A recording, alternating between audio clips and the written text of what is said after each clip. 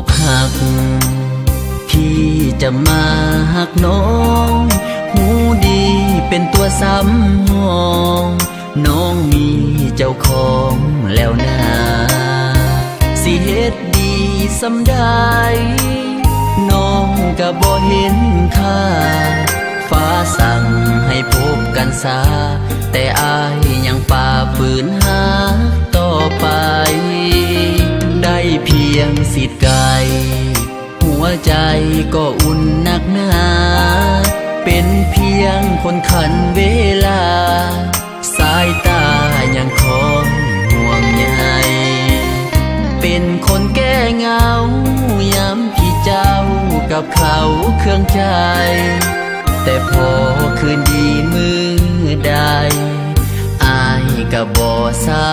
ำคัญยอมหาเป็นตัวซ้ำห้องเป็นคนที่สองห้องจากเขายามเจ้าเหงาใจบ่มีเหตุผลที่ทนห้ามใจบ่ได้ถึงแม้นเป็นผู้ป่าใสแต่ใจมันบอกให้หักหูต้องอกหักแต่ก็ยอมทนไว้คอยแอบเป็นคนหูใจคอยห่วงใยในทุกเวลายามใดที่เขาเฮ็ดให้เจ้านั้นมีน้ำตาอยากบอกให้น้องว่าอายคอยเซ็ดน้ำตาอยู่เด้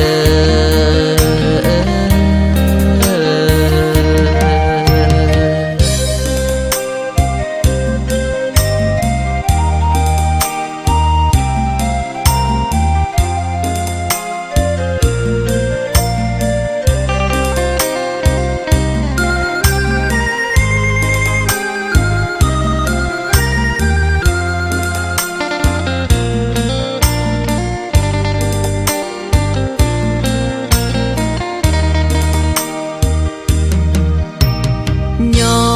มหาเป็นตัวซ้ำห้องเป็นคนที่สองห้องจากเขายามเจ้าเหงาใจบ่มีเหตุผลที่ทนห้ามใจบ่ได้ถึงแม้นเป็นผู้ป่าใสแต่ใจมันบอกให้หักหูต้องอกหักแต่ก็ยอมทนไว้คอยแอบเป็นคนหูใจคอยห่วงใยในทุกเวลายามใดที่เขา